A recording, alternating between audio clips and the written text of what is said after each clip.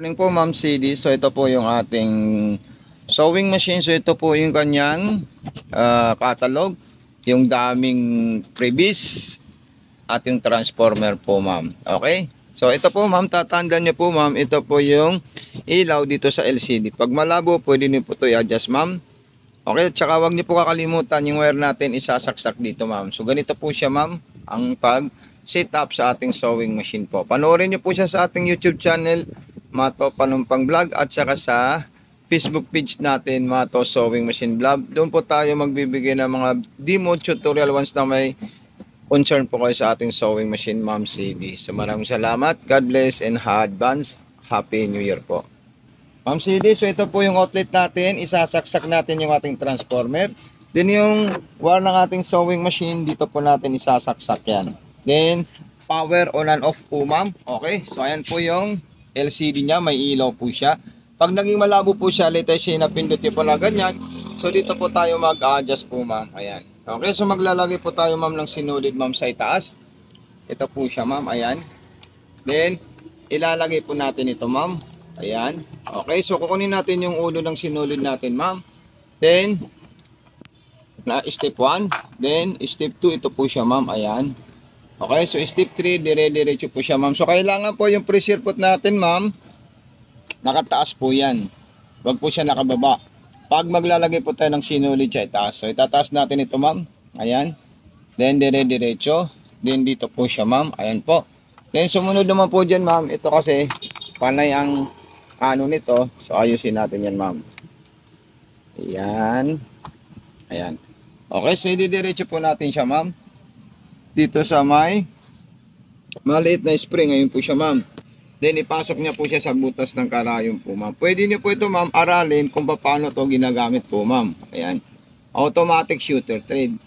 Ayan. Pag nakita niyo nagkaroon ng bilog sa loob, so doon niyo po siya kukunin Ma'am. Ayan.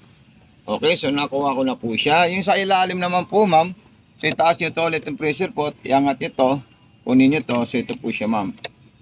Ayan. So dito po tayo Ma'am magre-refill ng sinulid. Tatandaan niyo po yan Ma'am. Ayan po yung sinulid natin at bobbing natin. So itatali natin yung sinulid natin Ma'am. Okay. So ayan po siya. Itali ko siya muna Ma'am para makita niyo po siya Ma'am. Ayan. Tinali ko po siya Ma'am. Then ipapatong ko po dyan at itutulak ko po pa ganun. Ayan. Okay. Then ito ilalagay natin sa sahig dito na mismo sa baba po yan Ma'am. Ayan po siya. Pindutin natin yung button start saka button stop. So ayan po siya Ma'am. Oops.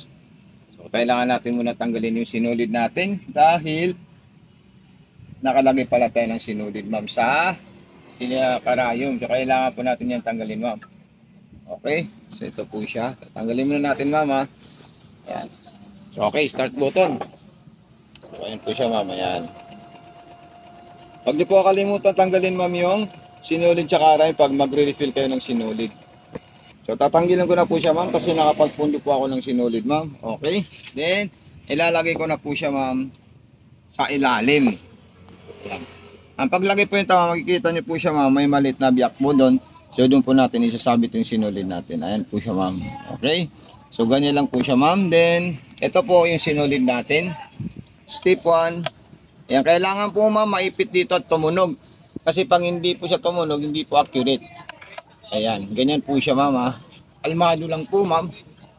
At pakiramdaman po siya Ma'am. Step 2, step 3, step 4, then step 5. May hook po dyan. Ikutin nyo po ito Ma'am. Itong handle dito. Ayan po yung bakal. Ayun, ikita nyo po siya Ma'am. Ayan. So ganyan. Then dire-diretso po dito.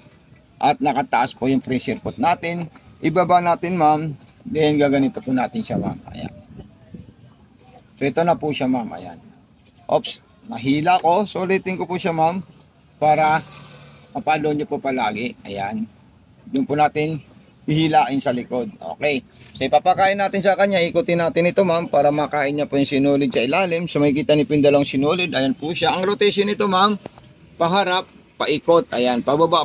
Paharap po. Pababa po siya Ma'am. Huwag po tayo ikot papunta po doon. Ganyan. Huwag. Okay, so ayan po siya. Okay. Then, ilalagay natin doon. Sasarado natin yung takip. Ayan. So ito po yung mga kailangan nyo pong malaman Ma'am.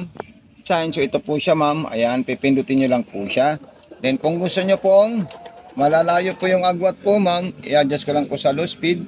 Malalayo po yung agwat niya. So mayroon po kayo makitang 2.5 dyan. So pwede po gawing 40 or 0.40 para malalayo po yung hakbang niya po ma'am.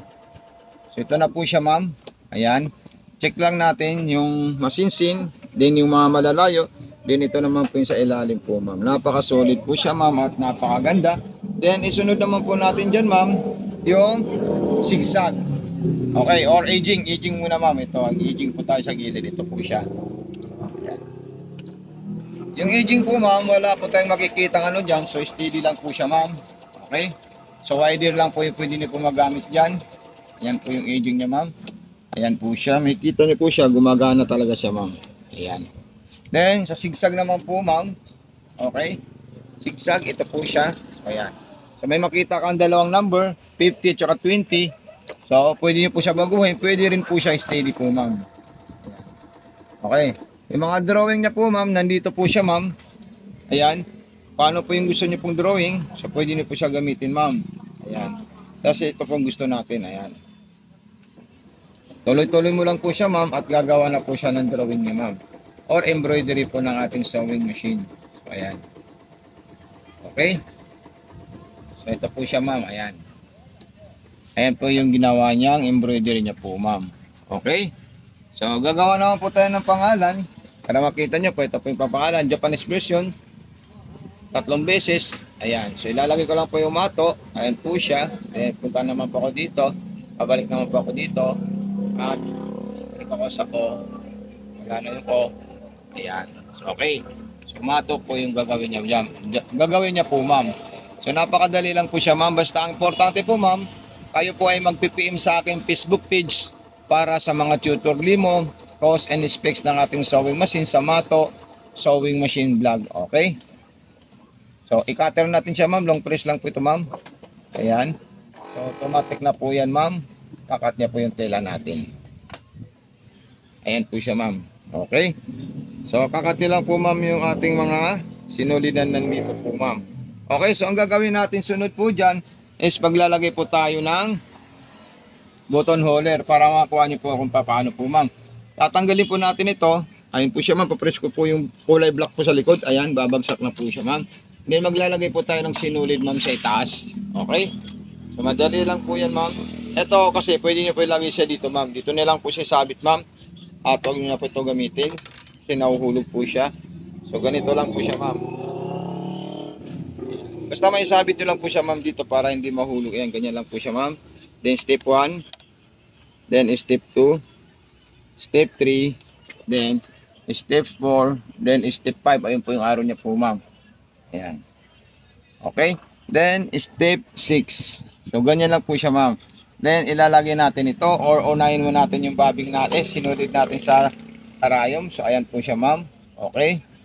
Then pag nakuha niyo po siyang ganyan. So ito po siya ma'am. Dito po tayo maglalagay ng butones ma'am kung gaano kahaba. Pero pwede niyo po siya tansayin kung gaano kaiksi. Kukuha po tayo ng butones po natin ma'am. Okay. Para makita niyo po yung sizes. So ito po may butones po tayo dito ma'am. Ito po siya ma'am. At aking ilalagay po dito. Ayan. So okay. So ilalagay po siya ma'am. Ganito po. Pakita mo kayo ma'am. Paglagay po dito. Ayan. So ganyan po siya ma'am. Kita nyo po siya ma'am. Ayan. Okay. So kinain niya po. Then meron po tayong binababa dito na may kulay red na parang arrow ng button hole. So yan po yung gagawin nyo na ibaba nyo po siya ma'am. Okay. So ordinaryong button hole po ma'am. Gagawin ko dito sa ating sewing machine. Ito po siya ma'am. Ayan. Okay. So ayan po siya ma'am. Pupunta po tayo dito ma'am. Ayan.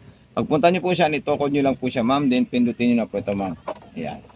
So automatic na po yan ma'am. Gagawa siya ng button holder. Ayan. Okay. Paatras. Then pabante. Ayan. So yan. Napaka-perfect po ma'am yung ginawa niyang button holder po ma'am. Napaka-solid at napaka-perfect po ma'am. So okay po ma'am. I-check natin yung ginawa niyang button holder para makita niyo po siya.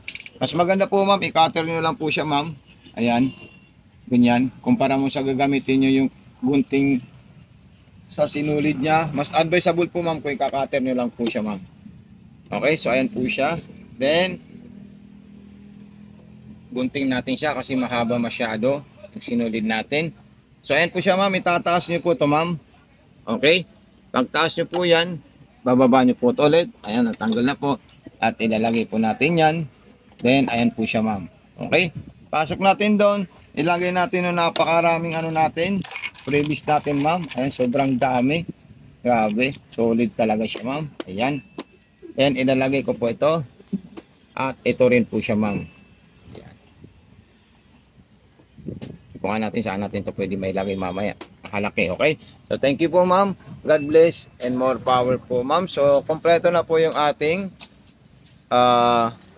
design sa ating sewing machine. So, ayan po siya ma'am. Mag-message lang po kayo ma'am sa ating FB page sa Matos Sewing Machine Vlog kung meron po kayong mga katanungan. God bless and more power po ma'am.